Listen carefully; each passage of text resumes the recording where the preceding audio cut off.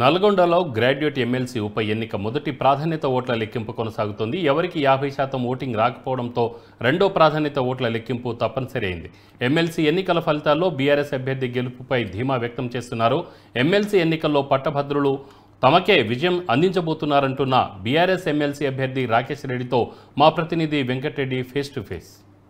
Warangal, Khammam, Nalgonda MLC ఉప ఎన్నికకు సంబంధించినటువంటి కౌంటింగ్ నిన్న ఉదయం ప్రారంభమై కూడా కంటిన్యూ అవుతోంది. ఇక పోస్టల్ బ్యాలెట్లన్నిటి కూడా లెక్కిస్తూ మూడో రౌండ్ ఫలితం కాసేపట్లో రానున్న నేపథ్యం ప్రస్తుతం అయితే ఇక కౌంటింగ్ సెంటర్ వద్ద ఉంది. ప్రస్తుతం మనతో పాటు బీఆర్ఎస్ ఎమ్మెల్సీ అభ్యర్థి రాకేష్ రెడ్డి ఉన్నారు. అన్న చెప్పండి, అట్లా పోలింగ్ ఎలా జరిగింది, ఇప్పుడు కౌంటింగ్ సంబంధించి అప్డేట్స్ ఏముంది, ఏం జరుగుతుంది?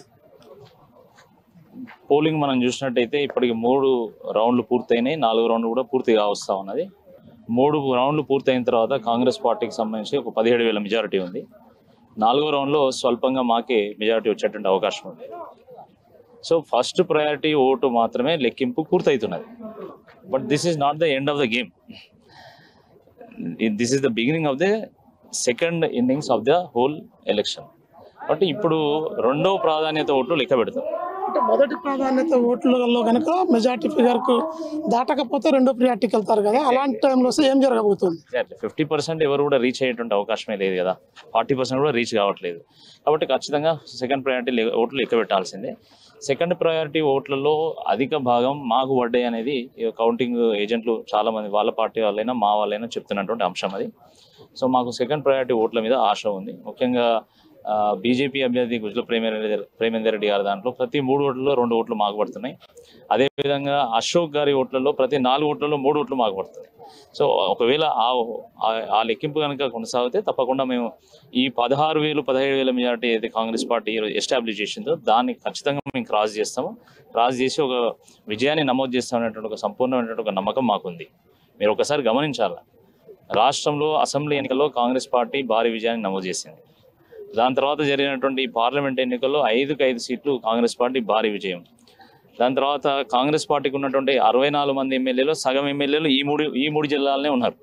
ఆ మంత్రివర్గంలో సగానికంటే ఎక్కువ మంది మంత్రులు ఇక్కడనే ఉన్నారు. దాంట్లో most powerful minister Ponguleti Srinivasa Reddy గారు కానీ, బట్టి విక్రమార్ గారు కానీ, లేకపోతే సీతక్క కానీ, కొండ సురేఖ గారు కానీ, ఈ రకంగా అనే కోమటిరెడ్డి వెంకటరెడ్డి గారు కానీ పవర్ఫుల్ మినిస్టర్స్ ఇక్కడనే ఉన్నారు. ఇటువంటి ఈ నేపథ్యంలో కూడా ఈరోజు మేము కాంగ్రెస్ పార్టీకి చెమటలు పట్టించే విధంగా ఈ ఎన్నికను ఎదుర్కోవడం నిజంగా ఈరోజు రాష్ట్ర వ్యాప్తంగా ఒక చర్చనీయాంశం అవుతుంది. ఎంత గమ్మత్తు ఉంటుందంటే, నిన్న ఫస్ట్ రౌండ్ అప్పుడే పూర్తయింది, 15,000 మెజార్టీతో కాంగ్రెస్ పార్టీ దూసుకుపోతుందని చెప్పేసి వార్తలు ప్రచారం చేసింది.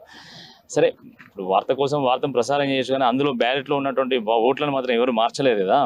కాబట్టి మేము నిన్నటి నుండి ఇప్పటివరకు నేను ఎప్పుడు కూడా మీడియాలో మాట్లాడలేము, మొదటిసారి మాట్లాడుతూ ఉన్నా. అంటే ఒక కీలక మైల్ చేరుకున్న తర్వాత మాట్లాడాలి, సంపూర్ణమైన సమాచారాన్ని సేకరించి మాట్లాడాలనే ఉద్దేశంతో నేను మాట్లాడలేదు.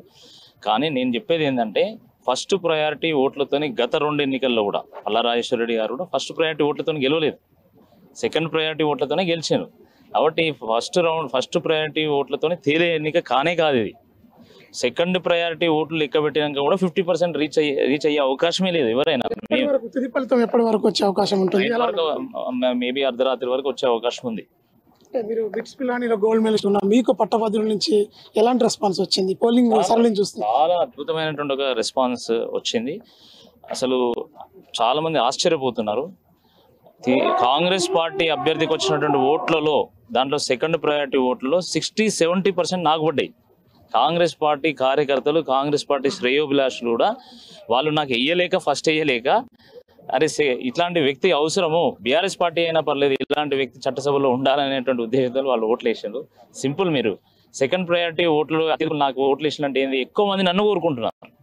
పార్టీలకు అతీతంగా, ప్రాంతాలకు అతీతంగా ఎక్కువ మంది నన్ను కోరుకుంటున్నారు. సరే, గెలుపు ఓటంలో సరే దేవుడు ఎట్లా నిర్ణయిస్తే అట్లా జరుగుతుంది, దాన్ని ఎవరం కూడా కాదనిలేం. ప్రజాభిప్రాయాన్ని ఎవరైనా గౌరవించాల్సిందే. కానీ నేను చెప్పేది ఏంటంటే, అత్యధికులు మాలాంటి వాళ్ళు గెలవాలని కోరుకున్నారు.